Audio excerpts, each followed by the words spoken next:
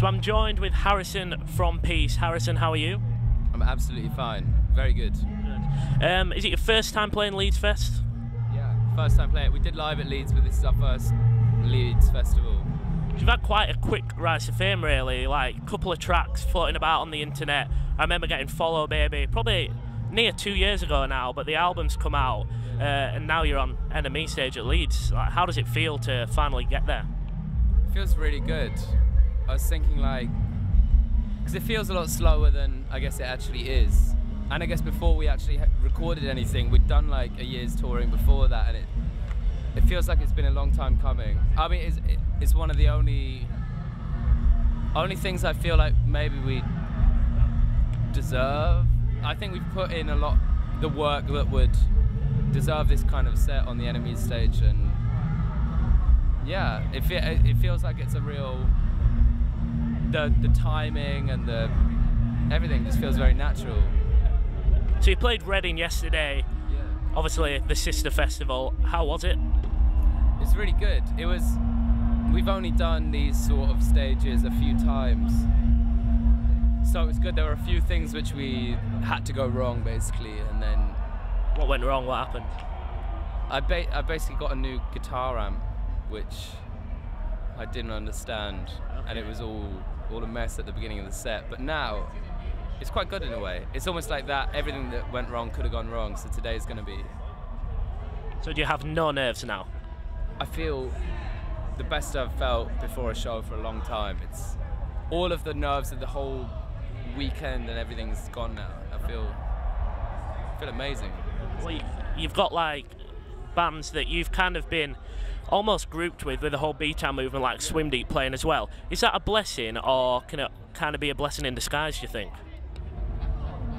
Again, it's all a positive thing, and it's really sort of like, it's a really real thing to come from, you know, just a group of bands, because that's what happens when a band starts and gets noticed and then other bands do, and that's how bands kind of work. So it's like, it's nice to have come from something like that. And then of course there's the side of that everyone will always try and compare you for like who's best or who is doing best, or, you know, and that type of thing can be a little bit like, well, pointless, but it's all a good thing. It all feels good. Who's best then?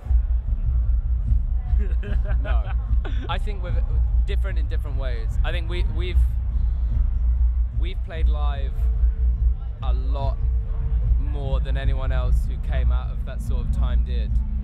So I think as a live show we're the most accomplished. But saying that, I listened to Swim Deep's album, and there's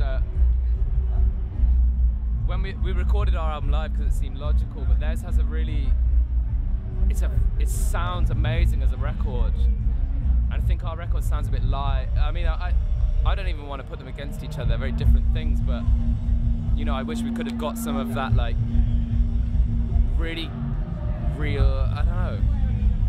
Yeah. There's something there which I when I heard it, I was like...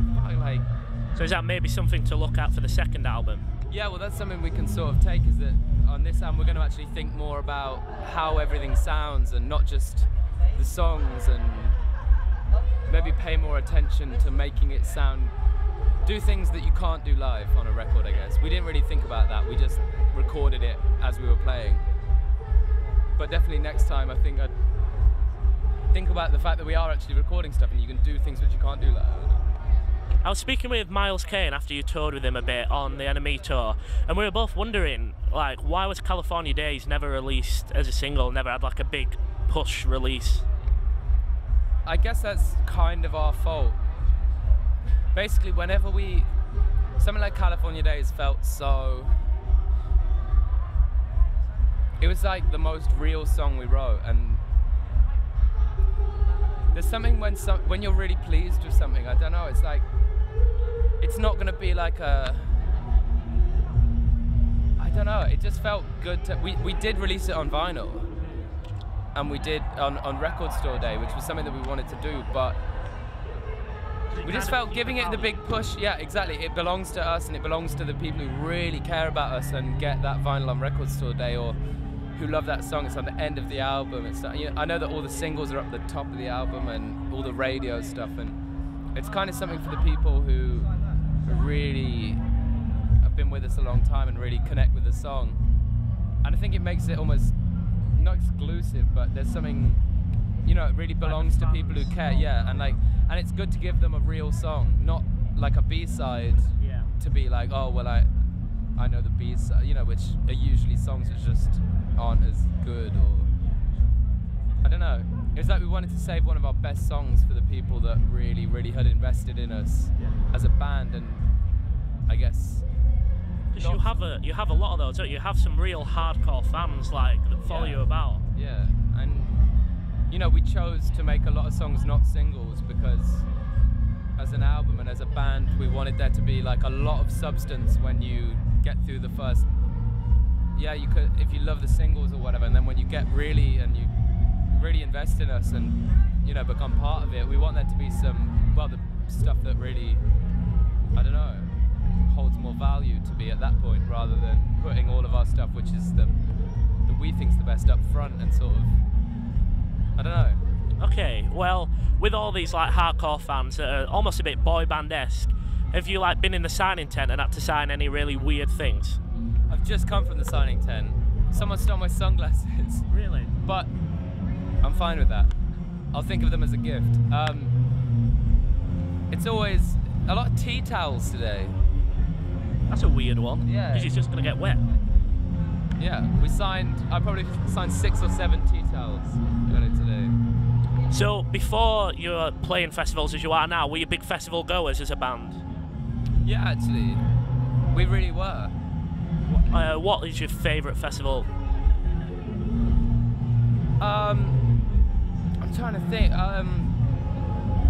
The festival I've been to the most is Reading, because that seemed to be a thing from sort of the Midlands. People would go to Reading, but yeah, like up here, everyone comes to Leeds. It's like a coming of age thing. Exactly, yeah. And I've been to Reading many, many times, but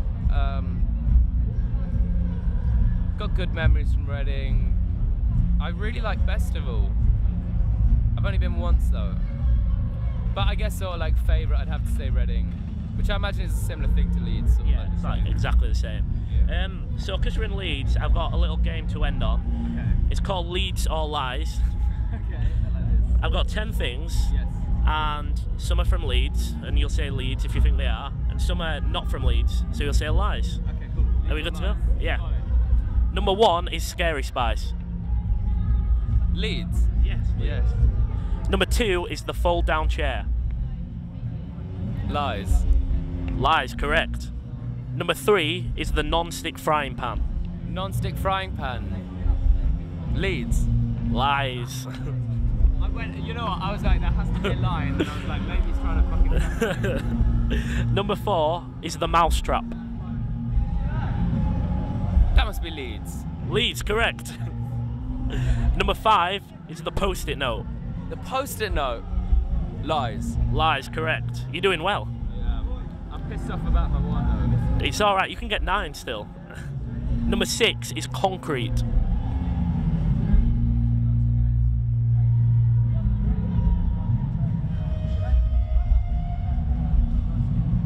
Thinking about this one hard. Thinking about geography. Lies. Leeds. I thought that. I was thinking about that. Can I have half? Because I genuinely thought. No, you gotta say it. You gotta say it. You were trying to fuck me though, man. I thought you were trying to fuck me. No, there's no tricks. Alright, I'm gonna go with my gut this time. Okay. Fuck, I'm pissed off about concrete. Number 7 is the electric toaster. Lies. Leeds. Fuck off. Number 8 is Guinness. Lies. Lies, correct. Number 9 is the automated traffic light. Lies. Leeds. Fuck off. Bad. This for 6. This for 6 out of 10. It's not a bad score. Bassline music. Bassline music? What do you mean by bassline? Like, put a donk on it. Kind of stuff Toddler T plays. Like niche and all that kind of stuff.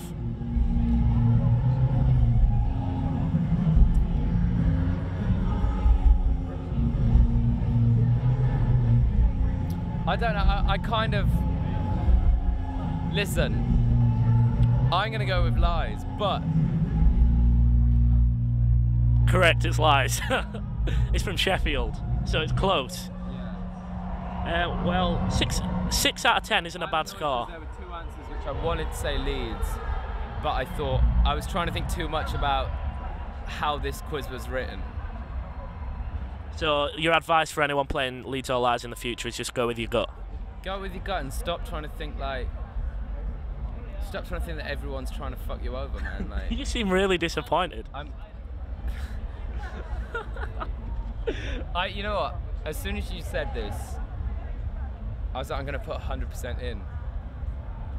And I was too distracted. I felt insecure about whether I'd be saying what I feel or what I was saying I felt you wanted me to say. You thought way too much into Leeds or lies. Well, thank you for speaking with us, Harrison.